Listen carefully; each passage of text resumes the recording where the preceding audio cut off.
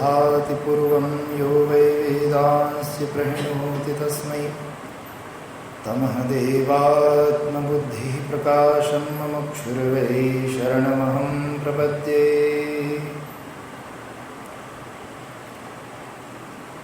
ॐ सशङ्खचक्रं सकिरीटकुण्डलं सपीतवस्त्रं सरसिरोहेक्षणं सहारवक्षस्थलकौस्तुभश्रियं नमामि विष्णुं शिरसा चतुर्भुजम्। ॐ शान्ताकारं भुजगशयनं पद्मनाभं सुरेशं विश्वाधारं गगनसदृशं मेघवर्णं शुभांगं लक्ष्मीकान्तं कमलनयनं योगिभिर्ध्यानगम्यं वन्दे विष्णुं भवभयहरं सर्वलोकैकनाथं।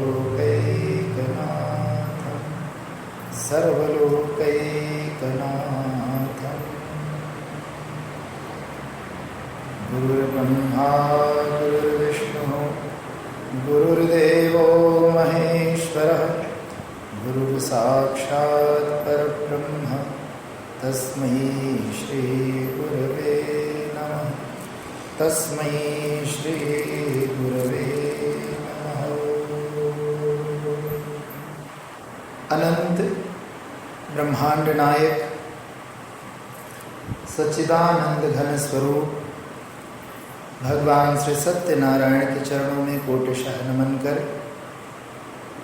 प्रातः स्मरणीय अनंत श्री विभूषित पूज्यपाद अपने परम आराध्य गुरुदेव ब्रह्म ऋषि विश्वात्मा बाबरा जी के चरणों में कोटिशः प्रणाम करता हूँ। आज के इस देवालय में समुपस्थित परम श्रद्धेय यहाँ के विप्र मंडली, पंडित मंडली, आचार्यगण, माताएं, पिता तुल्य वृद्धगण, भाइयों बहनों, देवियों एवं सज्जनों, कीर्तन समाज, आप सभी के हृदय में विराजमान उस परम चैतन्य ज्योति को मैं नमन करता हूँ और यह उद्भावना करता हूँ कि आज का यह सत्संग आपके जीवन में एक नूतन प्रेरणा लेकर आपके जीवन में भक्ति, शक्ति, ज्ञान का संवर्धन करें और इस भक्ति, शक्ति, ज्ञान के संवर्धन से आप अपना ही कल्याण नहीं केवल लेकिन समस्त समाज के लिए कल्याणकारी आपका जीवन सार्थक सिद्ध हो सके। आज के सत्संग में मैं परमात्मा के चरणों में यह भावना करता हूँ। यहाँ पर यद्यपि मैं कुछ वर्ष पूर्व इस सत्यनारायण मंदिर में आ चुका हूँ, आने का सौभाग्य मिला और उन दिनों अभी नए नए सन्यासी बन के मैं आया था वापस अपनी इस मातृभूमि में। तो उस समय हम नीचे बैठकर प्रवचन किए थे। आज पुनः इस मंदिर में आने का सौभाग्य प्राप्त हो रहा है और आज व्यासपीठ से बैठ करके आपको संबोधित करने का सौभाग्य प्राप्त हो रहा है।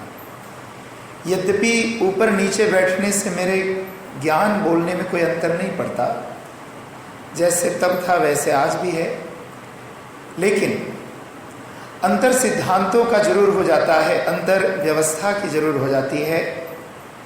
और इसमें केवल मैं इतना कहना चाहूँगा कि यह मंदिर या केवल यह मंदिर नहीं, जहाँ कहीं भी हमारे देश में, इस देश में मंदिर है तो वे हमारे संस्कृति का एक गरिमा और गौरव का प्रतीक है। En मंदिर is een symbool van onze culturele trotsheid। हम हॉलैंड में भी प्रचार करते हैं, वहाँ भी बहुत सारे हिंदुस्तानी रहते, सूरीनाम से ही गए हुए हिंदुस्तानी हैं, लेकिन कुछ वर्ष पूर्व से ये देखने में प्रायः आता है कि वहाँ जगह जगह मॉस्के बन रहे हैं और मॉस्के जब बनता है तो उसके बड़े बड़े गुम्बज लगाए जाते हैं और गुम्बजों को देख करके ऐसा ही प्रतीत होता है एक फॉरेनर को, एक बाहर के व्यक्ति को, कि ये तो मुसलमानों का देश है। जैसे सूरीनाम में जब कोई आता है, आते ही पहला सांद्रे से जब आप आते हो तो इस तरफ दाहिने हाथ वापस आने में भगवान की बड़ी बड़ी मूर्तियां दिखती है। मूर्तियां देख करके पहला इंप्रेशन क्या पड़ता है कि ओ ये हिंदू देश है, क्योंकि प्रथम तो मूर्ति का ही दर्शन होता है। और केवल मंदिर का ही नहीं, जब कहीं भी किसी क्षेत्र में अधिकतम मंदिर दिखाई दे तो पता लगता कि हिंदुओं का यहाँ इस देश में वर्चस्व है, प्रभुत्व है। मस्जिद दिखे तो पता लगेगा मुसलमानों का प्रभुत्व है। चर्च के गुम्बज दिखे, क्रॉस दिखे तो पता लगेगा ईसाई भाइयों के प्रभुत्व है। अर्थात मंदिर संस्कृति और धर्म की गरिमा है, गौरव है। मंदिर तो बहुत सुंदर सुंदर बने हुए हैं सूरीनाम में।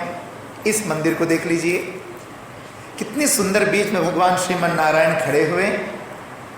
और बाल्यकाल में जब मैं छोटा था तो हरदम सत्यनारायण कथा के जो पुस्तक खोलते थे, सब मंदिरों में बहुत सी मूर्ति आपको मिलेंगे। लेकिन भारत की एक पुरानी प्रथा है कि भारत में अब तो लोग धीरे धीरे मूर्तियां सब रखने लगे ग्लोबलाइजेशन के नाते। नहीं तो पहले हनुमान मंदिर तो केवल हनुमान जी की मूर्ति होती थी। जितने पुराने मंदिर है, शिव जी का मंदिर है तो केवल शंकर भगवान होते थे। दुर्गा माँ के मंदिर है तो माँ भगवती केवल होगी, बहुत एक काली, सरस्वती, महालक्ष्मी आगे लगा देंगे, अन्यथा दूसरे मूर्तियां आपको वहां नहीं मिलेगी। और ये बहुत अच्छा संदेश था। संदेश क्या था कि सनातन धर्म एक मोनोथियस्टिक धर्म है। सनातन धर्म का सिद्धांत है एक ईश्वरवाद। एक ईश्वरवाद माने परमात्मा एक है, उनके नाम और रूप बेशक अनेक हो, और वह एक परमात्मा, उसी के उपासना विभिन्न नाम विभिन्न रूपों में की जाती है।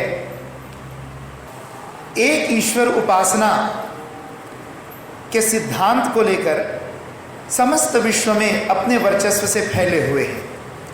हमारे यहाँ परमात्मा एक हैं, देव एक हैं, लेकिन देवता अनेक है। आप कहोगे स्वामी देव एक हैं, देवता अनेक है, तो देव में और देवता में अंतर है क्या? Is the difference between Dev and देवता? Er is maar één God binnen het Hindoeïsme, dat heet één Dev. En in de Veda mantra lezen wij एको देवा सर्वभूतेषु सर्वव्यापी सर्वभूतांतरात्मा। एको हंस भुवनस्यास्य मध्ये अग्निर इव सलिले सन्निविष्ट। ऐसे अनेक मंत्र हैं। Verscheidene mantras in de Vedische literatuur waar duidelijk wordt gesteld dat er maar één Dev is. केवल एक परमात्मा, एक देव है। Er is maar één God. Maar Swami ji, wij horen over goden. Wij horen dat er meer goden zijn. En dat horen wij ook tijdens als de pandit een puja doet. Agnir devata, vato devata, suryo devata, chandrama devata, vasavo devata, rudro devata, aditya devata, maruto devata, vishve deva devata, brihaspatir devatindro devata, varuno devata. Een lijst van devata's. En dit komt niet in een Puran voor, maar in de Vedas. In een van de 4 Vedas komt deze mantra voor. En deze mantra spreekt over devata's. Met andere woorden, Swamiji, is dat wel waar dat er dan goden zijn? Er zijn geen goden. Wij spreken over goden. Wij leggen een theorie uit met de term goden. Net als je nooit zou kunnen zeggen van Swamiji, ik heb 5 vuren in mijn huis. 1 vuur is mijn chula vuur. 1 vuur is als ik s'avonds met mijn vrouw zit te dineren, maak ik 3 candlelights aan, candlelight vuur. Swamiji, ik heb 1 vuur barbecue vuur. En 1 vuur in mijn gasfornuis, blauwe kleur vuur. Ik heb 5 vuren thuis. Agla kya bolega, mahamurkh admi. Bestaan er 5 vuren? Nee, Swamiji, er bestaan geen 5 vuren. Er is 1 element vuur met verscheidene manifestaties. Er is maar 1 element vuur. Je kunt nooit spreken over 2 vuren. Ja, er zijn duizenden vlammen. Er zijn duizenden vlammen. Je kunt spreken van verscheidene vlammen. Verscheidene kleuren van vlammen. Verscheidene vormen van vlammen. Kijk maar in de gasfornuis, heel mooi blauw rond. Kijk maar naar een kaarslichtje. Kijk maar naar een dia met 4 lontjes. Kijk maar naar een vuurwerk bijvoorbeeld. Jij steekt 1 vuurtje erin en je ziet verscheidene vormen en kleuren. Op het laatst een parachute in de lucht met nog een aantal kleuren eruit. Er is maar 1 element vuur. En hoe leek die verscheidend? Die leek verscheiden, die manifesteerde op verscheidene manieren op grond van zijn brandstof. Op grond van zijn manifestatie is de kleur van vuur, is de vorm van vuur verscheidend. Maar in essentie kun je niet spreken van twee vuren. एक ही अग्नि है, उनके प्रकट होने के कई रूप और नाम हो जाते हैं. जैसे मैंने बताया फ्यूर वैरक्स और बढ़िया फोरबिल है ही नहीं. और ये एक अग्नि जो है वही जब प्रकट होता है तो उसके नाम रूप अनेक कैसे हो गए. कहा जिसके माध्यम से तुमने प्रकट किया. कपड़ा में जलाओ तो ओराइए जलेगा, खास फर्नेस में जलाओ तो ब्लाउ जलेगा, फ्यूर वैरक में जलाओ तो रॉस पार्स ओराइए पता नहीं कितने कितने क्लोर का निकलेगा. है वो एक अग्नि. एंड द वेद मंत्र सेक्ट अग्निर यथैको भुवनम प्रविष्टो रूपम रूपम प्रतिरूपो बभूव एकस्तथा सर्वभूतांतरात्मा रूपम रूपम प्रतिरूपो बहिश्च. Er is één atma, één paramatma. Maar als die zich manifesteert, heeft hij verscheidene namen en vormen. En hoeveel namen en vormen kennen we? Hoeveel namen en vormen heeft deze manifestatie? Éénzelfde bewustzijn, allerhoogste bewustzijn Paramatma. In deze mandir gaan we die Paramatma Satyanarayan Bhagwan noemen. Eén Satyanarayan Bhagwan Mahavishnu. Hij is bewustzijn. वो चेतना है, चैतन्य घन है. And वही चेतना बन करके हमारे अंदर जब प्रकट हुआ तो उसका नाम सत्यनारायण नहीं था, उसका नाम क्या हो गया? जीवात्मा. आपके शरीर के अंदर जो जीव आत्मा है और सही में आप शरीर नहीं हो, यह bent lichaam niet. जैसे आप बोलते Swami ji mijn auto staat aan de overkant daar geparkeerd. Je zegt mijn auto. Swami ji, dit is mijn tas, dit is mijn microfoon, dit is mijn zoon, dit is mijn dochter. Jij bent die zoon en dochter niet. Jij bent die auto niet. Dit is mijn jurk, Swamiji, jij bent die jurk niet. Swamiji, dit is mijn horloge, jij bent die horloge niet. Wat ben je dan wel? Zo ook zeg je mijn lichaam. बोलते हो ना? आप क्या बोलते हैं? mijn lichaam doet pijn. mijn mooi lichaam. तो आप क्या बोलते हैं? mijn lichaam. आप lichaam नहीं हो. जैसा बोलते mijn auto, तुम गाड़ी नहीं हो, ऐसे तुम बोलते mijn lichaam, तो तुम lichaam नहीं हो. Jij bent het lichaam niet. Mijn gedachten, het zijn jouw gedachten, jij bent die gedachten niet. Mijn gevoelens, my feelings, oh, dat zijn jouw gevoelens, jij bent die gevoelens niet. Mijn handelingen, dat zijn jouw handelingen, jij bent die handelingen niet. जैसे तुम mein सब चीज में लगाते हो, लेकिन तुम वो हो नहीं. ऐसे तुम कहते mein लिखाम, तुम लिखाम नहीं हो. तो फिर तुम क्या हो? भगवान कहते अर्जुन, अहम आत्मा गुड़ाकेश सर्वभूताशय स्थिता. हे अर्जुन, मैं आत्मा रूप में सभी प्राणियों में स्थित हूं. अर्थात de allerhoogste bewustzijn, die wij God noemen, de ene God, de ene deel. Als hij manifesteert, dan manifesteert hij in de vorm van een जीवात्मा. En niet alleen een जीवात्मा van een mens. ये भी आप सोचोगे कि भगवान केवल मनुष्यों के जीवात्मा में है. कहा नाना, भगवान किसके रूप में है? कहा जितनी जीवित मूर्तियां हैं इस धरती पर. आपको कि स्वामी जी कौन सी मूर्ति की बात आप कर रहे हो? तो भगवत गीता को फिर ले लेते हैं.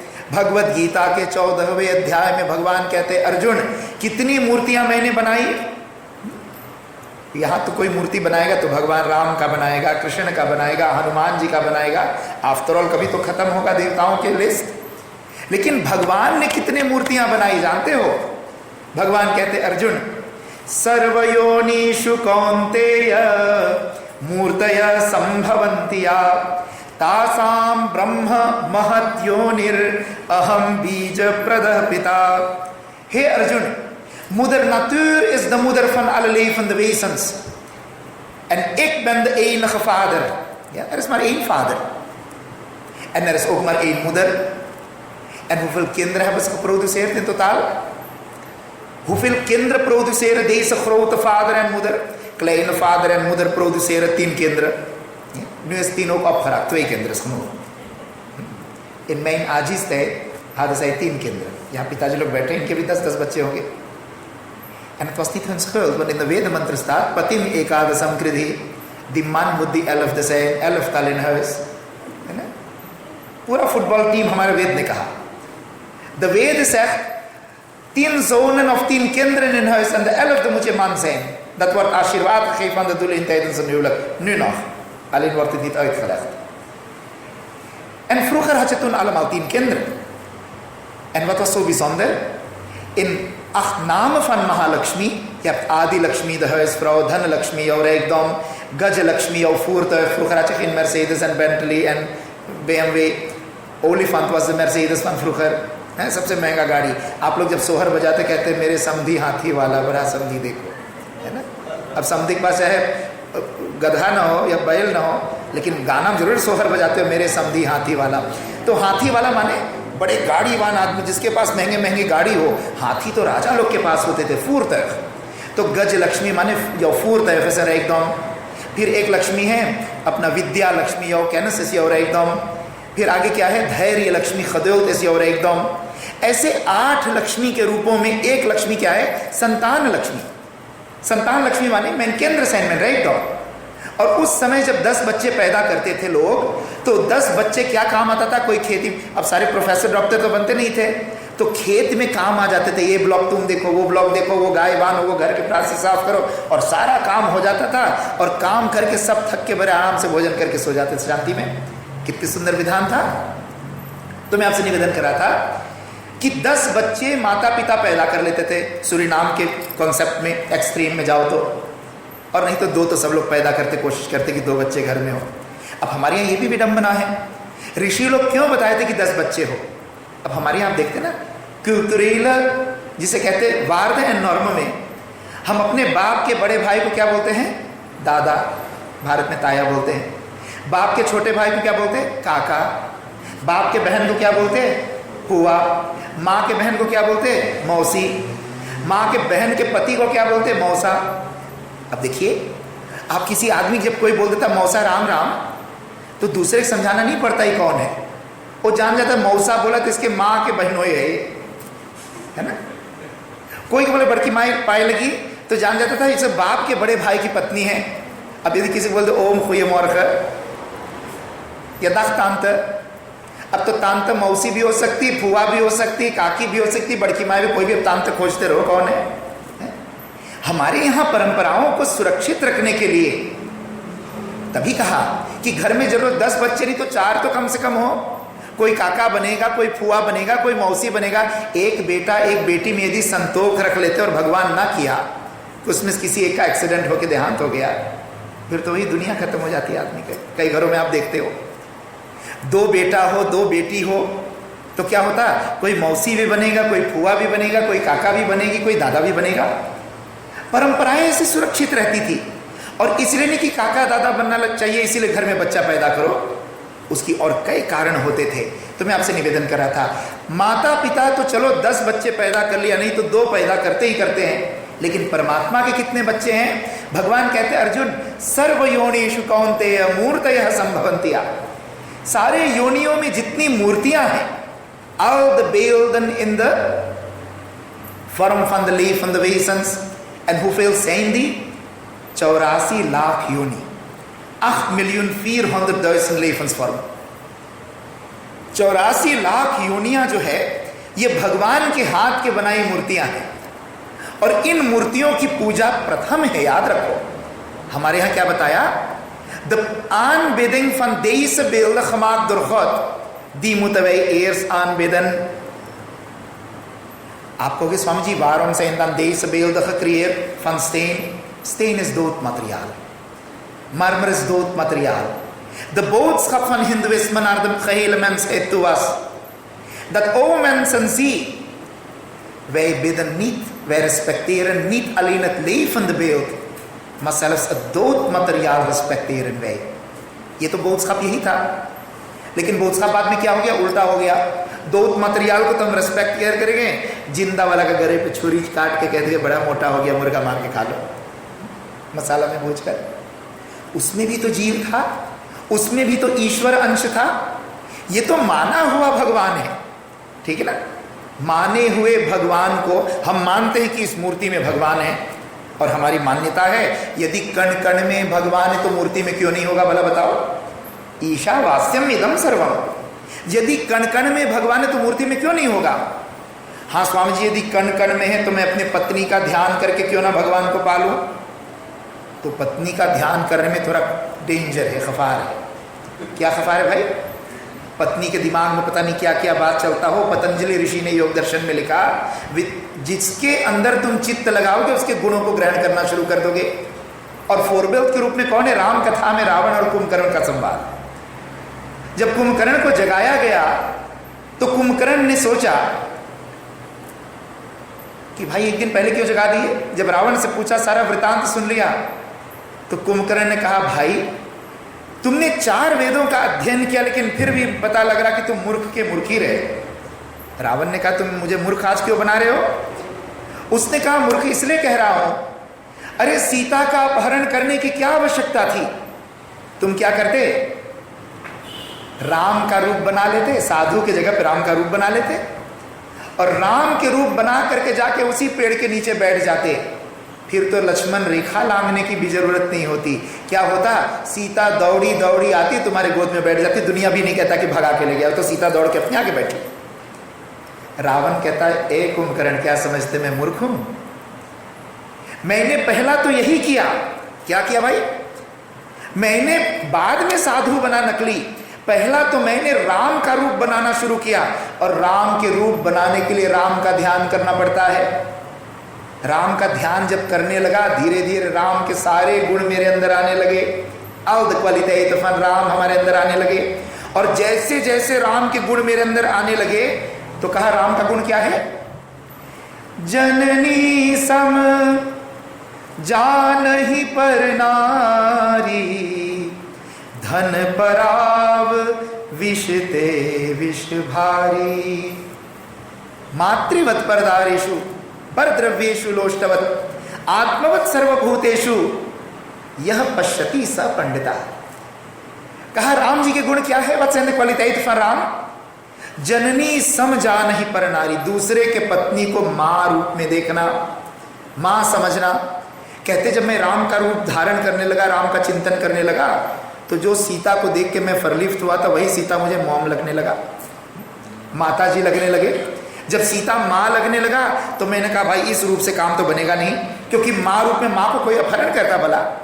कोई माँ का किडनैपिंग करेगा? नहीं करेगा। कहते मैं देख लिया, इस तरकीब से नहीं। यदि रावण जैसे पापी किसका ध्यान करता है? राम का ध्यान करने से राम के गुण आने लगे, तो हम तो रावण जैसे पापी नहीं है। मैं आपसे निवेदन कर रहा था, जिसका तुम ध्यान करोगे उसके गुण तुम्हारे अंदर आने लगेंगे। आप यदि पत्नी का ध्यान करो या पति का ध्यान करो या जिंदा अपने घर में किसी प्रिय वस्तु का ध्यान करो, तो उसके गुण तुम्हारे अंदर आने लगेंगे। हमारे गुरु जी हम लोग को पढ़ाते थे। मैं भारतवर्ष 5 वर्ष रहा हूँ अपने सदगुरुदेव के चरणों में, और रोज सुबह क्लास लेते थे। तो गुरु जी उसमें एक दिन की घटना में बताए कि गुरु जी के एक मित्र थे, गांव में रहते थे। कहते उनको भी महान गुरु का संयोग हुआ, बहुत ऊंचे गुरु उनको मिले। और गुरु ने जब देखा कि बहुत सेवा करता है, साधना वाला आदमी है, तो गुरु ने उनको मंत्र दिया कि ये गुरु मंत्र तुम जपना। कहते गुरु मंत्र तो ले लिया, लेकिन उस आदमी ने भूल गया था अपने गुरु से पूछने कि किसका ध्यान करूं, किसका ध्यान करूं भाई, भूल गया। अब क्या हुआ? अच्छा, हम सब का ध्यान कहाँ रहता है ज़्यादा? जिसको तुम सबसे ज़्यादा चाहते हो, है ना? किसी के घर पे बहुत प्यारा कुत्ता हो और कुत्ते से बेहद प्यार करता, अपने भाई से उतना प्यार नहीं करता जितना अपने डॉगीज करता हो, तो यदि वो बाजार में जाएगा तो पजामा सूट नहीं दिखेगा उसको, कहीं कुछ मछली मांस ब्लिक फ्लेस कुछ रखा, वो कुत्ते को याद करके खरीदेगा उसको। भाई तो ही दराम पे आ जाएगा। जिसको तुम प्यार करते वही ज़्यादा ध्यान में रहता है। वो गुरु मंत्र दे के चला गया, और ये सत्य घटना है। और वो आदमी क्या करने लगा, पंजाब का बहुत बड़ा संत बना वो। उसको क्या किया, जब करने लगा तो उसको सबसे प्यारा था उसका भैंस, और वो अपना भैंस, बिफल जिसे कहते हैं, भैंस के होरन होता टेढ़ा, वो अपना बिफल का ध्यान करने लगा, भैंस का ध्यान करने लगा। जो ही माला जपे तो भैंस ध्यान मेरे पूरा, और करते करते करते उसका चित्त भैंस से एक हो गया, है ना?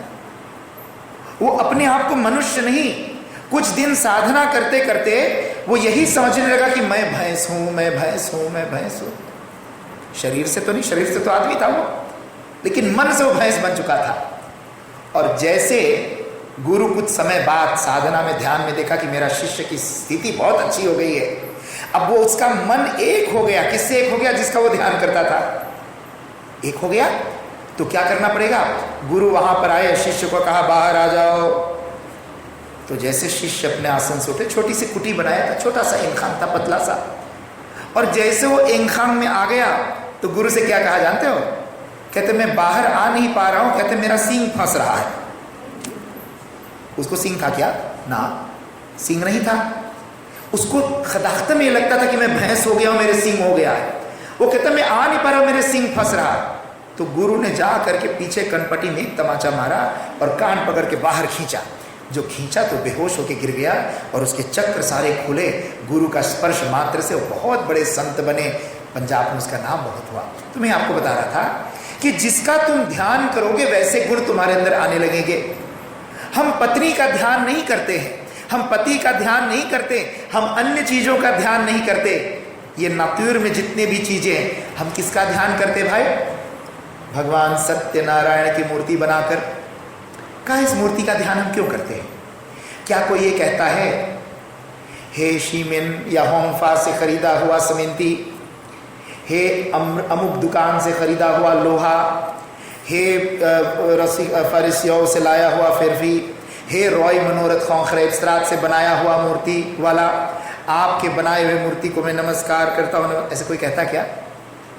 आप किसी भी मूर्ति के आगे खड़ा होते हो तो ये तो नहीं कहते हैं इसको कि प्लास्टिक खको में आपको नमस्कार हो, हिस्ट के स्टेन खबराखदोर महाजन अर्जुन खकोखदोर क्रिसराम खिलावन एनफर कोखदोर राम स्टूडियो आपको नमस्कार, ऐसे तो नहीं बोलते हो।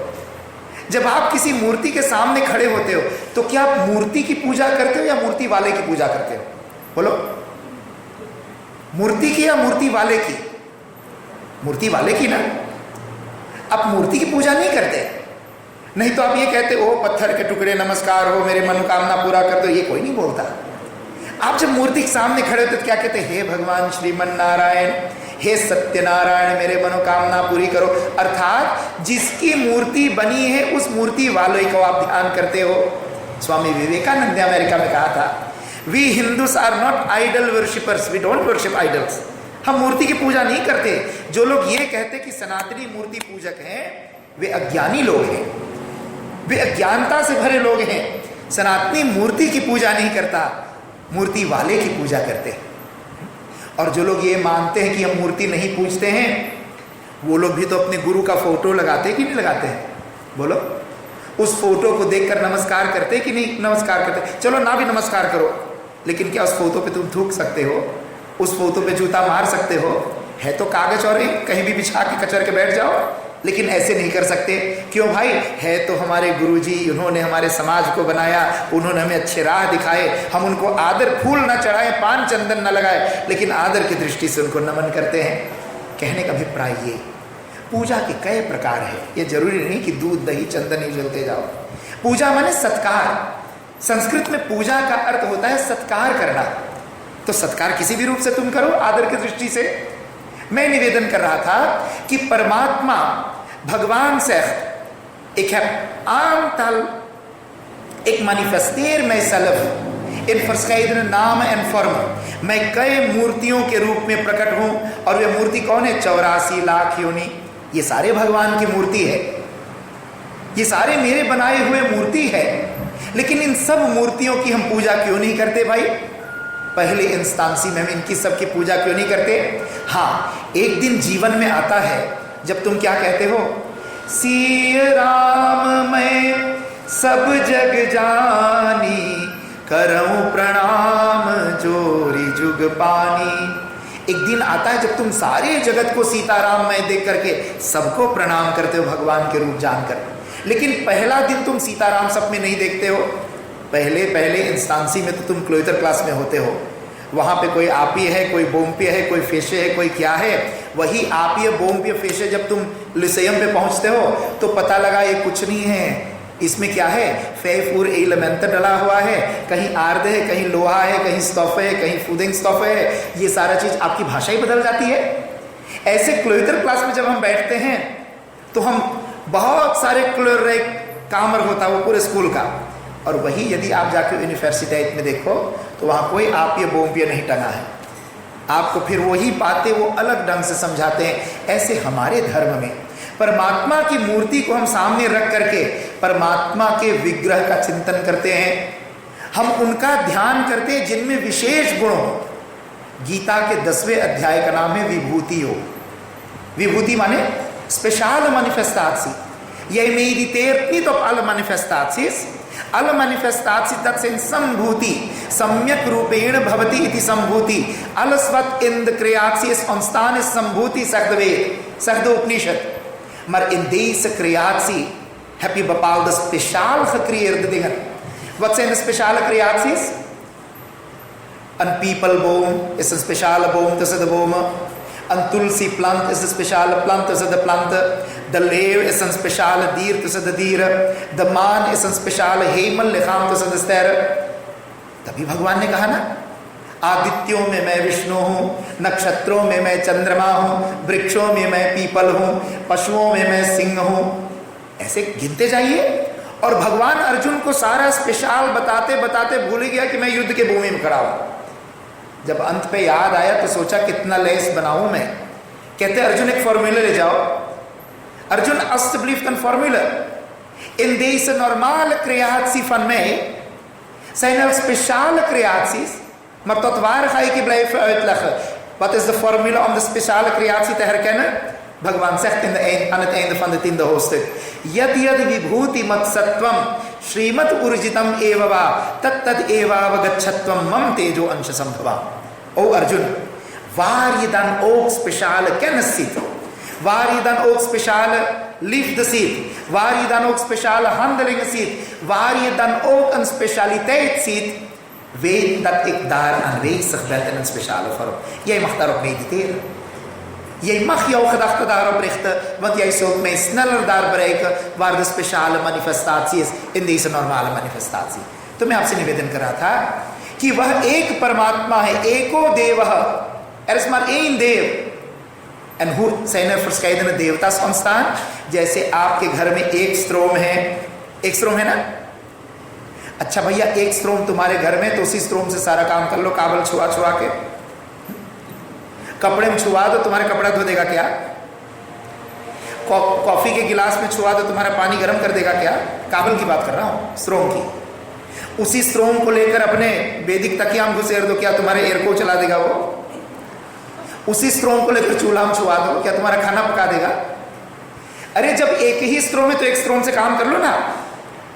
कहते भैया नहीं हो सकेगा, चाहते हुए भी नहीं हो सकेगा, फिर क्या करें? कहते वही एक स्ट्रोम को यदि कई इंस्ट्रूमेंटों में लगा दो तो क्या कहना, बल्ले बल्ले हो जाएगा, वाह वाह हो जाएगा. वही स्ट्रोम को माइक में लगा दो तो एक आदमी नहीं, 1000 लोग तुम्हारी आवाज सुन ले. उसी स्ट्रोम को तुम किस में लगा दो? तेई कुकर में लगा दो, पानी खौला दे. उसी स्ट्रोम को एहसास में लगा दो, सारा चीजें ठंडा कर दे. उसी स्ट्रोम को तुम कहाँ कहीं भी लगा के, कोई भी लिखा पंखा में लगा दो, हवा करके ठंडक कर देगा. Er is maar één stroom in huis. Maar kun je zeggen dat mijn leven wordt gefaciliteerd alleen door die ene stroom in mijn huis? Nee, Swamiji. De verscheidene instrumenten in mijn huis, dat zijn mijn faciliteiten. मेरे पास एयरको है, मेरे पास fan है, मेरे पास एस्कास है, मेरे पास microwave है, मेरे पास कितने इंस्ट्रूमेंट है. लेकिन स्वामी जी, यदि ये स्ट्रोम ना होना तो ये इंस्ट्रूमेंट बेकार हैं. तुम्हारा शरीर में बड़ा सुंदर नाकी है, बड़ा सुंदर आँख है, भगवान ने दिया सबसे ब्यूटीफुल आइस ऑफ सूरीनाम. सबसे सुंदर कान तुम्हारे पास है, सबसे सुंदर क्या गले है, बॉडी सब तब तीन सुंदर. लेकिन इस सुंदर शरीर से इसका भी स्ट्रोम कनेक्टर निकाल दो, स्टेकर. क्या आत्मा, आत्मा निकाल दो, क्या शरीर कोई काम करेगा? लेटे कई लोग देखो कफन में, दूध के इसमें लेटा, कितना सुंदर. बोले देखो लगता बप्पा सूतल है, इतना सुंदर लगता ही नहीं मरा है, लेकिन सही में वो मर चुका है. क्यों? स्ट्रोम निकल गया वहां से. इसलिए जब तक ik heb één stroom in huis, maar verscheidene instrumenten. Op dezelfde manier is het huis van God deze hele creatie. Er zijn verscheidene hemellichamen, dat zijn de instrumenten. Suryo Devata is een instrument. Chandrama Devata is een instrument. Vasavo Devata is een instrument. Rudro Devata, Aditya Devata, Ganga Ma, Yamuna Ma, Samudra Dev. en noem maar op. Al deze verschillende instrumenten zijn devata's. Wat is een devata? De definitie van een devata is, devata किसे कहते हैं? एक देव के शक्ति को प्रकट करने के माध्यम का नाम है देवता. Wat is een devata? De definitie van een devata is, devata किसे कहते हैं? एक देव के शक्ति को प्रकट करने के माध्यम का नाम है देवता. Een medium middels welke de één zelf de God zich manifesteert. Het medium van manifestatie heet een devata. De Chandrama is een devata, is geen God, is een devata. Surya Bhagwan is geen God, is een devata. God geeft zijn energie. God projecteert zichzelf in de vorm van warme licht middels de zon. God projecteert zichzelf middels koele licht middels de maneschijn. God projecteert zichzelf middels vloeibaarheid in water. God manifesteert zichzelf in de vorm van standvastigheid in de aarde.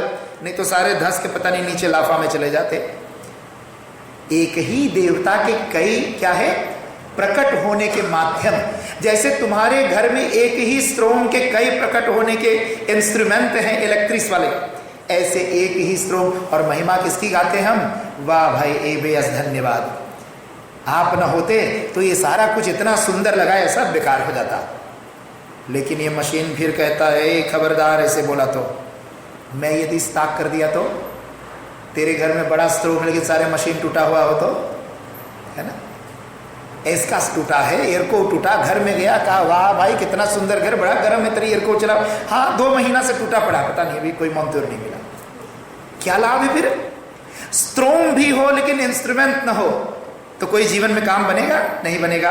कहा instrument सारे हो लेकिन स्ट्रोम ना हो तब भी काम नहीं बनेगा. अर्थात परमात्मा के सृष्टि में 2 चीजें हैं जो काम करती है. Het instrument moet je ook hebben en de stroom moet je ook hebben. Stroom heet bewustzijn, उसी को आत्मा बोलते हैं. और इंस्ट्रूमेंट को क्या कहते हैं? शरीर, यो लिखाम एंड यो जिल. आत्मा और शरीर ये 2 जब मिलते हैं तब जाकर के व्यक्तित्व बनता है, तब हम किसी को नाम रूप से पुकारते हैं. और ये दोनों कौन हैं? आप देखोगे कि भगवान कभी अकेले हमारे यहाँ नहीं रहते. भगवान अकेले कैसे नहीं? मतलब आप कहोगे स्वामी जी यहाँ तो अकेले हैं ना, यहाँ भी अकेले नहीं है. मूर्ति वाले ने ठीक से बनाया होगा पेंटिंग, तो लिंकर तरफ भगवान विष्णु का छाती जहाँ है एक लाल स्टेप लगाया जाता है. और यदि नहीं होगा तो मंदिर वालों को कहूँगा कि लगा दे. उसको क्या बोलते हैं? श्रीवत्स. श्रीवत्स माने जब सृष्टि प्रलय को प्राप्त होती है उस समय महालक्ष्मी जाके भगवान विष्णु के हृदय में समा जाती है और वहाँ लाल स्टेप बन जाता है. उसका नाम है श्रीवत्स भूषितम. भगवान नारायण सदैव महालक्ष्मी के साथ होते हैं. भगवान शंकर सदैव पार्वती के साथ होते हैं. भगवान कृष्ण सदैव राधिका जी के साथ होते हैं.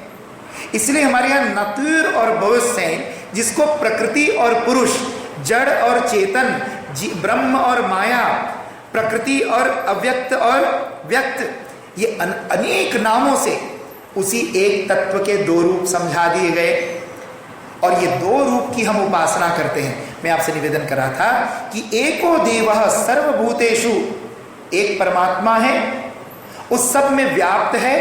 और वो परमात्मा कैसे व्याप्त है? जैसे आगी सब जगह है. किसी चीज को रगड़ना शुरू करो तो गर्म हो जाएगा और उसमें थोड़ा सा रुई छुआ तो आग पकड़ लेगा. लेकिन वही आग को अलग अलग, कहीं लकड़ी में छुआओ तो ओराएं होगा, कहीं रुई में छुआओ तो खेल होगा, कहीं फास्फरनस में छुआओ तो ब्लाव होगा. एक आग के कई क्लोर, कई नाम, कई रूप हो गए. कैसे? जिसके माध्यम से प्रकट हो गए, लेकिन है वो एक. ऐसे हिंदू सनातन धर्म में एक ही परमात्मा है. उस एक भगवान के अनेक नाम हो गए. कहा किसी आदमी को जानना हो तो कितनी चीज जानना चाहिए? आपने सुना कोई स्वामी राघवानंद जी आ रहे हैं तो नाम सुना स्वामी राघवानंद, लंबा सा नाम. आपको लगा बहुत लंबा आदमी होगा. जब द्वार पे देखा तो नटुल्ला सा छोटा सा आदमी था, 4 फुट का. अच्छा यही स्वामी जी था, बड़ा नाम था लंबा सा इसका. तो पहले तुमने नाम सुना. नाम जब सुना तो देखने की इच्छा हुई तो मंदिर दौड़े चले आए. आज मंदिर में उनका दर्शन होगा. जब मंदिर पहुंचे, अच्छा तो उसका क्या देखा? तो ये आपने फॉर्म देखा, आकृति कैसे, इसका शक्ल सूरत क्या है. फिर आप किसी ने बोला था ना, भाई स्वामी राघवानंद को जानते हो? ना ना मैं सुना, मेरे मंदिर में आएंगे, जरा जाके देखूंगा कैसा आदमी है. तो यहाँ पहुंचे तो पहले तो नाम सुना था, दूसरा क्या देखा, रूप। जब आए तो अब जब रूप देख लिया तो थोड़ा देर बैठ करके व्यासपीठ पर जब कथा करने लगे तो आपको पता लगा हाँ ये मूर्ख है या ज्ञानी है। मूर्ख या ज्ञानी है ये तो कथा सुनने के बाद पता लगा, नहीं तो कई महात्मा आज आपको मिलेंगे, कोई ज्ञान ज्ञान नहीं है, और आई कपड़ा पहन लिया, माला कंठ में धारण कर लिया, माथे चंदन तिलक पोत लिया, और कहते गुरु जी केवल दर्शन देते, बस तुम 1000 यूरो लेके आ जाना, है ना, बोलते कुछ नहीं है। हमारे शास्त्रों में क्या आया है, मौनम मूर्खस्य भूषणम। और कुछ लोग कहते हैं ये स्वामी लोग तो बहुत बोलते हैं। अरे भाई, बने स्वामी बोलने के लिए, मौनी बाबा बनने के लिए थोड़े स्वामी बने। मौनम मूर्खस्य भूषणम, स्त्री लोग का भूषण क्या है, गहना। लज्जा नारी भूषणम, एक औरत का शरीर जितना ढका हो, जितना शालीन हो, उतनी उसकी शोभा बढ़ती है, हमारे शास्त्र कहते हैं। लेकिन कोई महामूर्ख हो, गधा प्रसाद नंबर 1, तो उसकी शोभा किसमें होगी, उसकी सुंदरता किसमें होगी कि आदमी चुपचाप बैठे, तभी तो परिवार की सबकी महिमा बनी रहेगी। जहां बोला तो ऊट पटांग बोलेगा, अनाप शनाप बक्केगा, सबको पता लगेगा महामूर्ख गधा आदमी है ना? मूर्ख की शोभा किसमें कि चुप रहे। हमारे गुरुदेव कहानी सुनाते थे कालिदास का। आप लोगों ने शेक्सपियर का नाम सुने होंगे। शेक्सपियर जिन्होंने खदिख्त लिखे हैं, आजकल जब बच्चे एग्जाम करते तो उनको शेक्सपियर के खदिख्त, रोमियो जूलियट की कहानी दी जाती है। भारत में एक ऐसे बहुत विद्वान बड़ा संस्कृत के हुए हैं जिसका नाम था कालिदास। और कालिदास जी कौन थे, वो भी महामूर्ख थे, वो भी गधा नंबर 1 थे, महामूर्ख आदमी। लेकिन महामूर्ख से कालिदास कैसे बन गए, इतना बड़ा संस्कृत, इतना मुइलक ताल के फादर कैसे कहलाए वो, तो उसकी कथा बड़ा सुंदर सुनो। एक बार विजयनगरम में, सत्य घटना है, विजयनगरम के साम्राज्य में वहां पर एक राजकुमारी रहती थी। उस राजकुमारी का नाम था Vidyottama. Vidyottama was the name of the princess, and there is a princess. Die mag zelf haar dulha gaan zoeken in onze Indiase traditie had je swayamvar. Swayamvar betekent, en dat waren wel verstandige meisjes denk ik, want anders hadden ze deze vrijheid nooit gehad van hun vader. Ja? Zij waren nooit op uit naar six-pack en V-shape en een handsome hairstyle. ये उनके लिए importance नहीं रखता था। उनके लिए क्या importance रखता था, संस्कार, कुल, वंश, मर्यादा en natuurlijke uiterlijk ook. Widyotama mocht van haar vader zelf haar vriendje gaan kiezen. En zij besloot, ze was heel geleerd, ze was ontzettend geleerd, de meest geleerd van de hele koninkrijk wil ik zeggen. En Widyotama had besloten, ik zal pas trouwen met iemand die mij ooit in een शास्त्रार्थ gaat winnen. जो मुझे शास्त्रार्थ में हरा दे वो मेरा पति बनने लायक है। घमंड देखो, arrogantie देखो। En wat heeft ze toen gezegd? De vader zei, hoe zul jij dan komen aan een man? Zij zegt, papa, morgen organiseer ik een hele grote discussie hier. En een ieder, het moet een brahmaan zijn, of een kshatriya zijn, en ieder die met mij in discussie gaat en mij overwint, die zal mijn man worden, alleen die heeft het recht om mijn echtgenoot te worden. बाप ने कहा किसी प्रकार तो माना शादी का। स्वयं वो रचा गया, स्वयंवर शास्त्रार्थ रखा गया, देश के सारे ब्राह्मणों को निमंत्रण भेजा गया, अल ब्राह्मण दारान्वेष। और एक जो सबसे विद्वान ब्राह्मण माने जाते थे, द meest geleerde ब्राह्मण, die 3 bij die had men hoop dat deze 3 deze dame zeker gaan overwinnen. En zelfs hun is het niet gelukt om haar te winnen in een debat. En wat hebben ze toen besloten? Die waren sterk geïrriteerd. किसी ब्राह्मण को कुछ ना करो लेकिन उसका अपमान कर दो तो वो सांप की तरह आपको लूरू करेगा कि कब मैं इसको फिर काटूं। ब्राह्मणों का अपना स्वाभिमान होता है, त्रॉत्स होता है। और वो ब्राह्मण कृतु करते हुए जा रहे थे, रास्ते में klagen करते जा रहे थे। Ze waren het klagen terug, heel gedemotiveerd vanuit deze discussie, vanuit de courtyard van de koning, paleis, koninklijk paleis. En wat zagen ze onderweg? Zij zagen een man op een maya-tak zitten en diezelfde tak waarop hij zat, zat hij weg te zagen van die boom. तो उन्होंने कहा भैया अरे रुको रुको भाई, ये क्या कर रहे हो, तुम जिस दाढ़ी पे बैठे हो उसी को काट रहे, गिर जाओगे। वो आदमी ने कहा अरे जा जा पंडितों, कहते मैंने तेरे से कोई फीस नहीं मांगा था, मैं कैसे गिरूंगा, मैं तो पेड़ पे बैठा हूं। उसने कहा भाई जिस पे बैठे उसी को काट के तेरे जाओ जाओ, मुझे कोई अफिस नहीं चाहिए। और इतना कहना ही था, अभी रेत ही रहे थे और धड़ाम से वो चर्रा करके ताकि गिरा और वो आदमी ढमला के नीचे गिर गया। जब वो नीचे गिर गया तो उसको होश आया, अरे अरे अरे ये 3 लोग तो अभी बता रहे थे कि मैं गिरूंगा, इसका मतलब ये तीनों हैदर जिंदा है, ये फ्यूचर देखते हैं। इन्होंने मेरा फ्यूचर देख लिया था कि मैं गिरूंगा और आकर के चरण पकड़ लिए, कहते बताइए आप ब्रह्मा विष्णु महेश तो नहीं हो? उस मूर्ख ने कहा आप लोग ब्रह्मा विष्णु शिव तो नहीं हो, आपने पहले से देख लिया था मैं गिरूंगा। तो तीनों पंडितों ने आंख मारा एक दूसरे, कहते इससे बड़ा मूर्ख दुनिया में नहीं होगा। और इस घमंडी राजकुमारी देश आरोहांत राजकुमारी वैकुनहर नित बेहतर बतालत और हम नथार्तलात अब एक फादर बने मांगने गए तो क्या कहा सुन, वो तीनों पंडितों ने कहा उस आदमी से, मूर्ख से, कहते हम लोग ये केवल नहीं देखे थे कि तुम पेड़ से गिरोगे, हम तो ये भी देख रहे कि तुम देश के राजा बनोगे। उसने कहा क्या मैं देश के राजा बनूंगा? कहते हाँ राजा बनोगे, लेकिन एक शर्त है, एक voorwaarde है. Er is één voorwaarde dat jij de koning van het land wordt. Wij gaan jou nu meenemen naar het koninklijk paleis. Maar één voorwaarde, jij moet jouw mond niet openmaken. एक चुप हजार चुप, मौनी बाबा, एकदम मौन रखना, जो करना हो हम लोग करेंगे और तुम राजा बन जाओगे।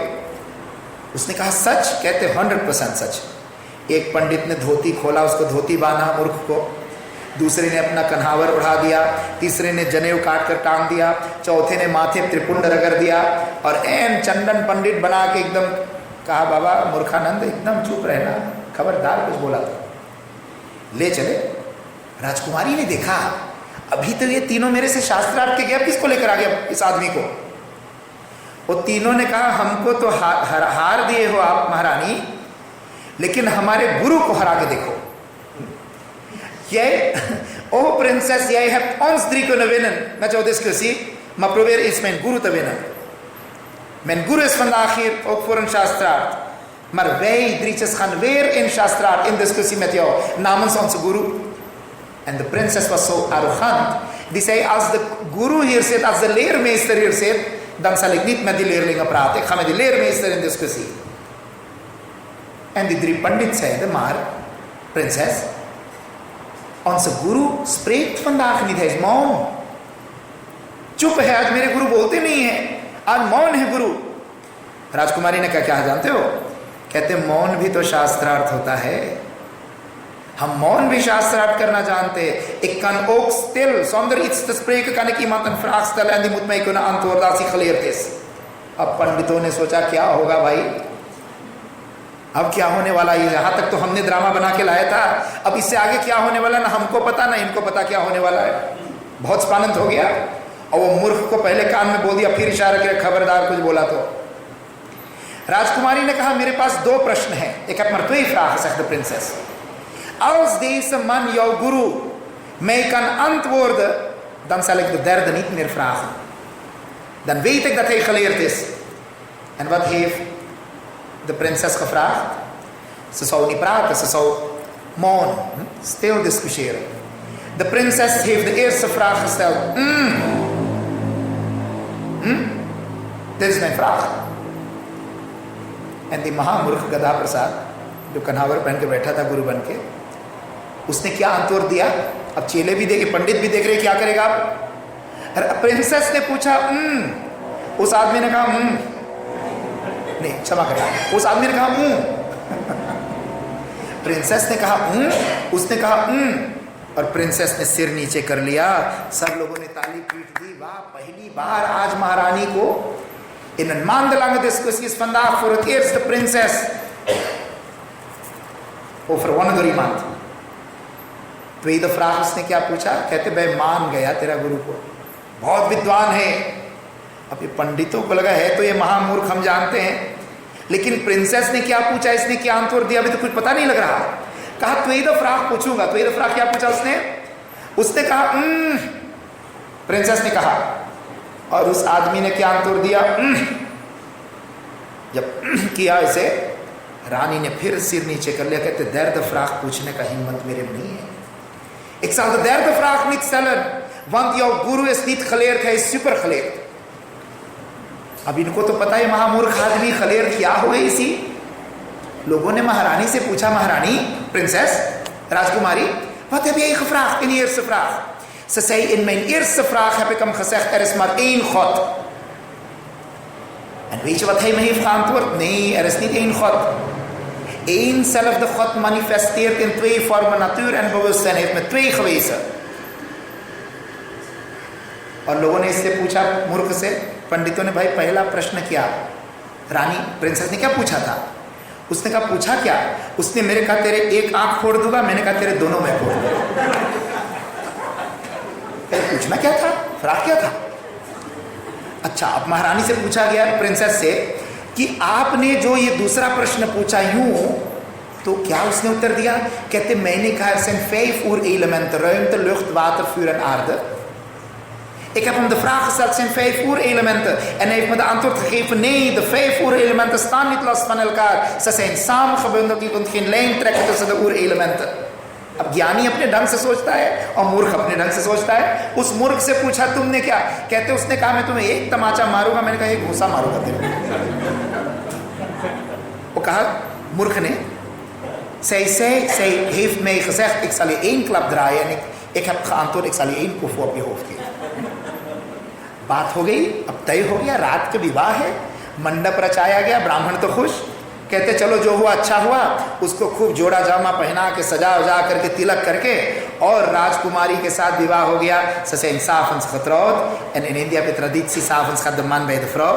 वो बेचारी रानी घूंघट लगाए अपना बेड पे बैठी, सुहाग रात मनाना है, बैठी सुहाग रात में पहली रात्रि में, और दुल्हा जा रहा मूर्ख, उसको तो पता भी नहीं कहाँ जाना चाहिए, झाँक झाँक के डर के मारे जा रहा था, गरीब आदमी वो जा रहा था। तो रानी ने संस्कृत में पूछा, कोहम कोयम। जब कोयम सुना तो कांपने लगा डर के मारे। कहते, मैं हूं रानी, महारानी मैं हूं राजकुमारी। तो हिंदी में उत्तर दिया, राजकुमारी ने संस्कृत में पूछा। तो उतने में राजकुमारी ने जब उससे संस्कृत में बात किया, संस्कृत में जब बात किया, तो उसने कहा, तुम क्या बोलती हो, मेरे कुछ समझ में नहीं आ रहा। कहते, क्यों? आप तो बहुत विद्वान हो संस्कृत। कहते, संस्कृत क्या होता है? उसने कहा, संस्कृत तुम नहीं पढ़े हो? कहते, मैं तो कभी स्कूल गया ही नहीं हूं। जब सारा कुछ, और कहते, मुझे इस कमरे में क्यों ले आए गए? कहते, मुझे इस कमरे में क्यों यहां रख दिया गया? वो डरने लगा। जब राजकुमारी ने देखा कि मेरे साथ पंडितों ने धोखा किया है, तो उस आदमी के क्राख पकड़ के खिड़की से बाहर फेंक दिया। जब खिड़की से बाहर फेंक दिया और नीचे वो गिरा, तो ई दफा दीपिंग से उसका सिर नीचे पत्थर में लग गया, और पत्थर में लगा तो खून बहने लगा। जब खून बहने लगा तो बिल्कुल जहाँ गिरा था सामने काली माँ की मूर्ति थी, मंदिर था, और उसने काली माँ के मंदिर जब देखे, सामने क्या देख रहा कि काली माँ प्रकट हो गई। भाई खून की धारा गिरा, तांत्रिक पूजा वहाँ होता था एकदम। काली माँ को खून समर्पित हो गया और काली माँ प्रकट हो गई। जब काली माता प्रकट हो गई तो संस्कृत में काली माँ ने बोला, वरम ब्रूहि, वरम ब्रूहि, है ना, वरम ब्रूहि मांगे वर मांगो, वर मांगो, फ्राखनवेंस, फ्राखनवेंस, काली माँ ने कहा। लेकिन वो संस्कृत नहीं समझता था, इसलिए जब बोला वरम ब्रूहि, तो उसको क्या लगा कि ये कह रही है किसने तुम्हें फेंका, किसने तुम्हें फेंका खिड़की में से। तो उसने क्या कहा, विद्या। प्रिंसेस ही तो विद्योत्तम, हर कॉर्ट ऑफ नाम ऑफ कॉर्ट विद्या। जब काली ने कहा वर मांगो, तो उसने कहा, सोचा कि किसने तुम्हें फेंका, किसने तुम्हें फेंका। वो सोचा कि मूर्ति तो ये कह रही है, लेकिन माँ क्या कह रही थी, क्या वर मांगो। तो उसने कहा विद्या। जैसे कहा विद्या, माँ ने कहा एवमस्तु, और वहीं से उसको बुद्धि आ गई और वो संस्कृत के परम विद्वान हुए, जिसने संस्कृत साहित्य में बड़े बड़े संस्कृत में कहानियाँ लिखी, जिसका नाम कालिदास है। कालिदास के नाम आप लोग सुने होंगे। तो कालिदास की कहानी में आपको क्यों सुनाया, मौनम मूर्खस्य भूषणम। जो आदमी मूर्ख हो ना, गधा हो, वो चुपचाप कहीं बैठे तो आदमी को लगा बड़ा प्रोफेसर, पढ़ा लिखा विद्वान है, उसकी शोभा उसी में है। लेकिन जब बोलना पड़े तो पता लग जाए। मैं आपको बता रहा था गुरु, कहानी कहाँ से कहाँ पहुँच गया। मैं आपको क्या बता रहा था, गुरु। गुरु कौन होता है? गुरु जीवन में कौन है? वो नहीं जो मौन होकर के चुपचाप केवल दर्शन दे। ज्ञान का पता कब लगेगा? जब आदमी प्रवचन करेगा तब पता लगेगा इसके अंदर कितना ज्ञान है। तो मैं आपको बता रहा था, om iemand te leren kennen heb je 5 dingen nodig। Ten eerste, je hoort de naam van de persoon. Ten tweede, je ziet hoe die persoon eruit ziet. Ten derde, je luistert naar zijn kennis en know-how. Ten vierde, zijn kracht en energie. आदमी में शक्ति है कि नहीं, बोलबाला है कि नहीं। अगला बैठा है, पता लगा बहुत तरह का फोन आया, उसको डांट के बिठा दिया। पता लगा देश के प्रधानमंत्री फोन किया, आदमी बड़ा शक्तिशाली आदमी है, जो प्रधानमंत्री को भी डांट के बिठा दे, उससे बड़ा शक्तिशाली कौन होगा? उसका क्राफ्ट और माख्त का पता लग गया। और अंत पे क्या पता लगता भाई? आदमी का प्रेम। Niet liefde op het eerste gezicht, याद रखना। ये वेस्टर्न कल्चर ने क्या दिया? liefde op het eerste gezicht। Swami ji आपको पता नहीं, आप तो ब्याह नहीं किए हो, हमने जब से उसको देखा मुझे नींद ही नहीं आती, मेरे ना दिन में चैन है ना रात में नींद है। स्वामी जी आप संतों को क्या पता फरलीफ्त क्या होता है? तो भाई भगवान बचाए ऐसे फरलीफ्त से। liefde op het eerste gezicht है ना, उसको बुखार भी कहते हैं। जैसे बुखार चढ़ता है तो उतरता है, ये लिफ्ट चढ़ता उतरता है। लेकिन जो लिफ्ट तुम लाजता gezicht पे लाते हो, लाजता माने आदमी का प्रेम हरदम सबसे अंत पे पता लगता कि ये स्वार्थी था या परमार्थी था। ये जितना ड्रामा करता था ज्ञान का, प्रेम का, शक्ति का, ये सारा कुछ क्या सही में दूसरों के कल्याण के लिए था या अपना इंप्रेशन जमाने के लिए कर रहा था, अपने स्वार्थ के लिए? इसलिए प्रेम op het laatst, liefde op het laatst. तो 5 dingen heb je nodig om iemand te kennen. De naam van de persoon, de vorm van de persoon, de kennis van de persoon, de kracht van de persoon en de liefde van de persoon. ये 5 चीजें यदि तुम जानते तो तुम कह सकते I know that person. Wat is het doel van het leven binnen het Hinduism? भगवान को जानना। परमात्मा को जानने के लिए भगवान का नाम क्या है? आप कहोगे स्वामी जी भगवान एक सौ नाम इन हिंदुइज्म, लेकिन भगवान का एक फैमिली नाम है। वो फैमिली नाम क्या है? ओम। ओम नमः शिवाय, ओम नमो भगवते वासुदेवाय। हर नाम में ओम लगाते हो, भगवान का फैमिली नाम ओम है। अच्छा, ओम को ठीक से देखो तो क्या देखोगे? नीचे बड़ा सा पेट है, ऊपर छोटा सा मूड़ी है, स्लर्फ लटका हुआ है और बीच में आंख। Als je goed naar de oom kijkt, zie je Ganesha erin. Isliye personificatie, gepersonificeerde vorm van de naam van God, dat is Ganesh. इसलिए मंदिर में पहली मूर्ति गणेश की होनी चाहिए। दूसरी क्या है? The form fun God. दुनिया में तो जो कुछ देखते हो किसके नाते देखते हो? जो लोग बियोलॉजी पढ़े होके पता है कि ये आंख नहीं देखता, जब लिcht terug kaats होके आंख पे आता तभी आंख देख पाता है। licht is het oorzaak van het waarnemen van alle vormen। और licht का ब्रॉन हमारे सृष्टि में क्या है? Surya Narayan, the sun god. इसलिए tweede भगवान जिसकी हम पूजा करते सनातन धर्म में सूर्य नारायण है, tweede hoofdgod। derde is de kennis। in het licht van kennis, in het licht van kennis, in het licht van kennis ben je bewust over alles। आदमी को बेहोश कर दो या आदमी कोमा में है तो बगल में कोई चिकोटी काटते रहे और चाहे बगल में पंखा करते रहे, उसको पता लगेगा? उसको सुई भोंको चाहे पंखा चला, उसको पता लगेगा क्या? नहीं लगेगा। इसलिए ज्ञान क्या करता है? जड़ चेतन गुण दोष में विश्व कीन करता है। गुण दोष सृष्टि में सुख दुख हानि लाभ जीवन मरण, al de tegenstrijdigheden die kun je balanceren in het licht van kennis। En wie doet dat? भगवान Shankar. Hij heeft een vrouw en heeft een heel moeilijke gezin, een zoon die olifant is। olifant कितना खाता है जानते हो? Google करके देख लेना। सवेरे एक साका पिसान, उसका अनबैठ केवल 2-3 टाकी काटो पीपल, उसका केवल खाना है। तभी तो लोग कहते थे मेरे समधी हाथी वाला है ना। राजा के पास हाथी होता था, आम आदमी हाथी पोसे तो 1 महीना फैमिली भूखे मर जाए, सारा खाना तो एक हाथी खा ले, एक अनबैठ में केवल। जिसके घर में लेव बैठा और लेव के सामने बैल है, दोनों एक दूसरे गुरगुराते रहते हैं कि कब मौका मिले झपट ले। जिसके घर में गले में सांप है, सांप का खाना क्या है? मूस। मूस भी डरता, गणेश जी को कंटिन्यू क्लाखते देता, तेरे बाप की खेती देखो कब के लपलपाता रहता मेरी ओर। जिस घर में tegenstrijdig natuur वाले लोग हैं, लेकिन शिव जी को क्या कहते हैं? सत्यम शिवम सुंदरम। शिव जी शांति के देवता है।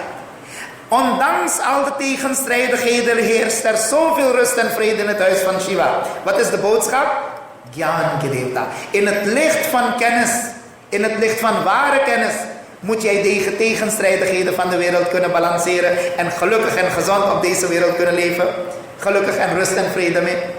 देखिए, सिर पे गंगा है, अमृत, माथे पे चंद्रमा है अमृत, कंठ में विष है जहर, और कोबरा के मुंह में जहर, 2 खेफ और 2 अमृत एक ही आदमी में।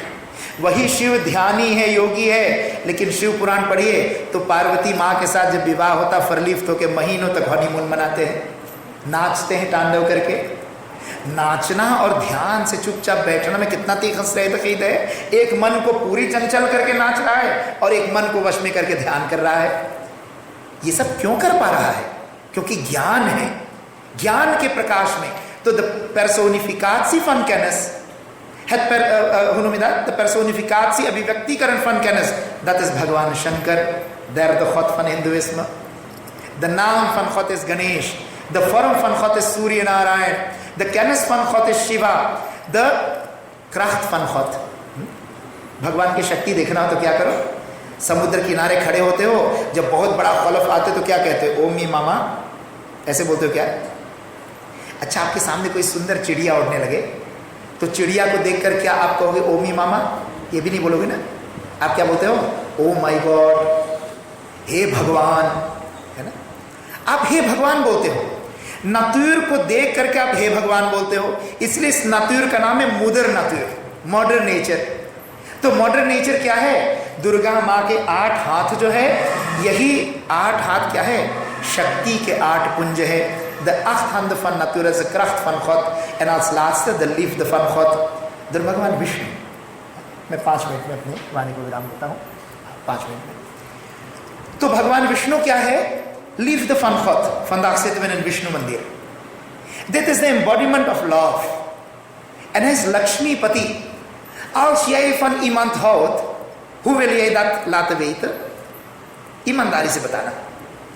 Je hoort vaak iemand zeggen, oh je hoeft er geen cadeau te brengen hoor.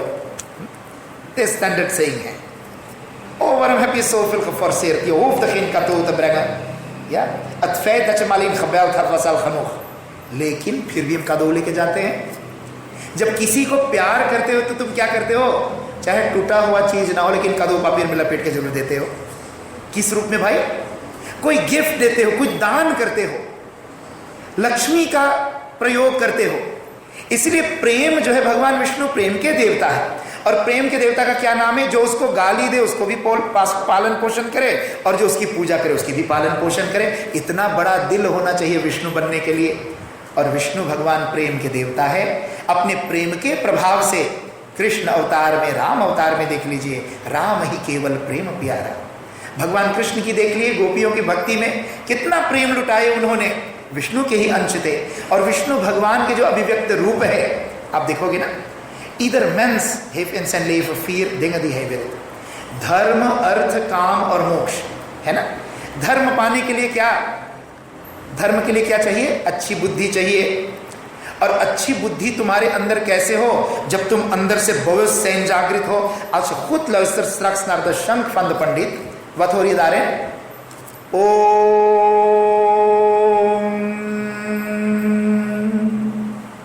भगवान विष्णु ने शंख लिया।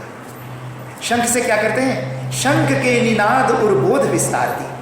शंख की पूजा हम क्यों करते भगवान विष्णु की मूर्ति में? हे भगवान मेरे अंदर की बोध जागृत कर दो, bewustzijn आनवाकर कर दो, मुझे पता लग जाए मैं कौन हूं, धर्म के मार्ग पे लग जाऊं। तो ये क्या है? अर्थ। अर्थ के लिए भगवान ने हाथ में क्या लिया? कमले कमलाले। कमल में लक्ष्मी का वास है। अर्थ माने rijkdommen, faciliteiten। कमल का फूल उसी का प्रतीक है। कीचड़ से कीचड़ में रह करके भी संसार के सबसे सुंदर फूल लोटस ब्लूम है। De mooiste bloem van de wereld met de lekkerste geur, dat is de lotusbloem। En waar groeit die? Hoe visser de riool, hoe mooier de bloem, है ना। आपको कोई कुछ बोल दे, कहते मेरे किसिंग, एक हम चोरी करब, आई ना मंदिर, इसकी बाल पकड़ के मैं नोचूंगा। मेरे को ऐसे कहा। अरे यदि कोई तुम्हें बुराई कहे तो यही समझ लो कि मेरे रियोल में और रोमल गिर रहा, और मोटा कमल होना चाहिए मेरा, है ना। लोगों की गंदगी से आपके जीवन में और निखार आनी चाहिए। समय नहीं तो और डिटेल में व्याख्या करता। तो कमल क्या है? अर्थ का प्रतीक है, धन वैभव का। दर्द काम, goede wensen, mogen men goede wensen vervullen। और काम किसके संबंधित है? कामना और भावना। तुम्हारे मन में कामना होता है ना, और मन को किसने बनाया? मेरे को किसने बनाया? मेरी कामना, मेरे को मैंने बनाया। और मैं के फाल्स ईगो जो है, इस फाल्स ईगो को कंट्रोल करने के लिए भगवान ने हाथ में क्या लिया है? गदा। गदा गही हाथ मदमस्त को स्ववश करे, गदा। और लास्ट पे चक्र। चक्र से क्या करते भगवान? तुम्हारे जीवन के जो बंधन है, बिंदिंग दिए है मैं चौर नास्तन wildat zeggen dat je iedereen de prullenbak moet stoppen? Nee. Je mag iedereen lief hebben. Ik heb jou heel lief. 20 jaar geleden kwam ik in deze mandir, 10 jaar geleden. Had ik iedereen heel lief, even lief. Maar 10 jaar heb ik niet zitten huilen dat ik in de mandir niet ben geweest. He, na? Als je zit te huilen over een plek dat je niet meer daar bent geroepen, dan ben je gehecht aan de plek. Dan ben je gehecht aan de persoon. Ha, liefde क्या है? Liefde माने ongehecht verbonden zijn aan iemand. En gehecht verbonden zijn aan iemand, वो तो मोह, वो क्या है? उसकी के लिए भगवान ने चक्र लिया है।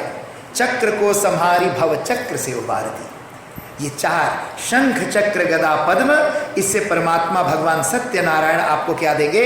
धर्म अर्थ काम और मोक्ष, इन 4 को प्राप्त करके अपनी जीवन धन्य होगा। तो एक परमात्मा है, maar één God. Diezelfde God heeft verscheidene vormen. En in deze verscheidene vormen van God, wat zien wij? De naam van God, dat is Ganesh.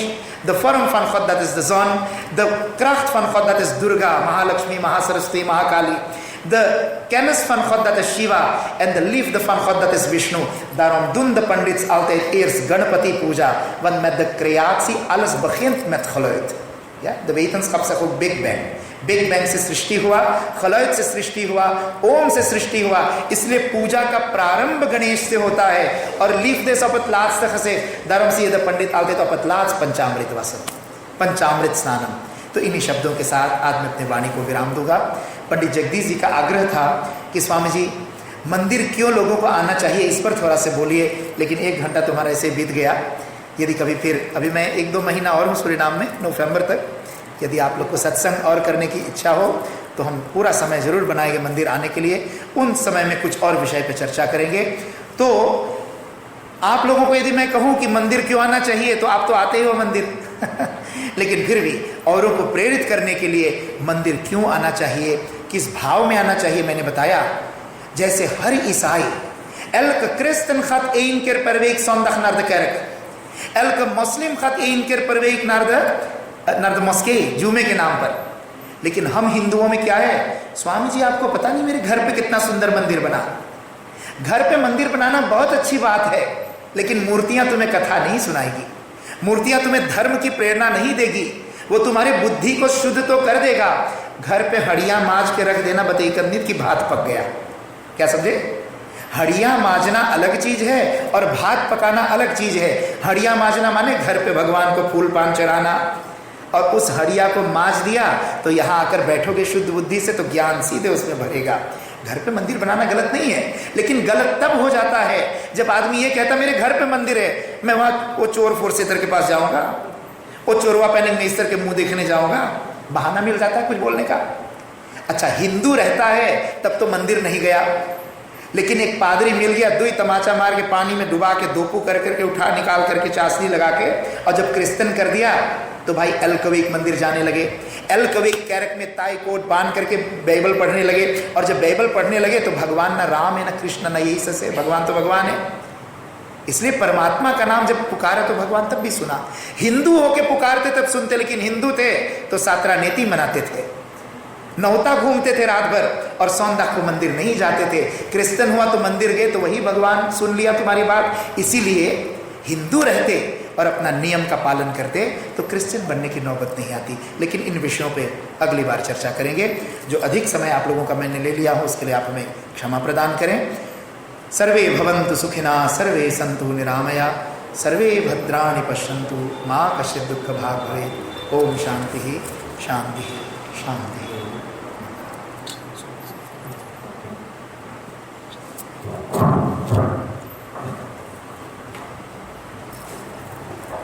प्रेम से श्री कृष्ण चंद्र भगवान की जय।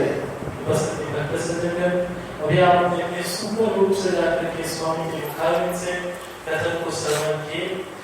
पत्रांशिक है, मैं आप सभी से आग्रह करना चाहता हूँ, जैसे आज स्वामी जी इतने सुंदर रूप से और न सिर्फ हिंदी में मगर वो कि मेन पुलकरिया भाषा में कि हर एक लड़का छोटा लड़का उसको उठाते हैं तो मैं आपसे आग्रह करना चाहता हूँ कि फकांसी पीरियड में हम सभी घूमने के लिए जाते हैं, मगर मंदिर भी अपने घर करके लेते आओ ताकि वो कुछ सीख सके। न सिर्फ फकांसी पीरियड है, मगर हर हफ्ते कोशिश करो लाके मस्तिष्क में फकांसों से फ्रे लाके के सुती थे, लाके न चीज सुते थे, और चे प्रोग्राम की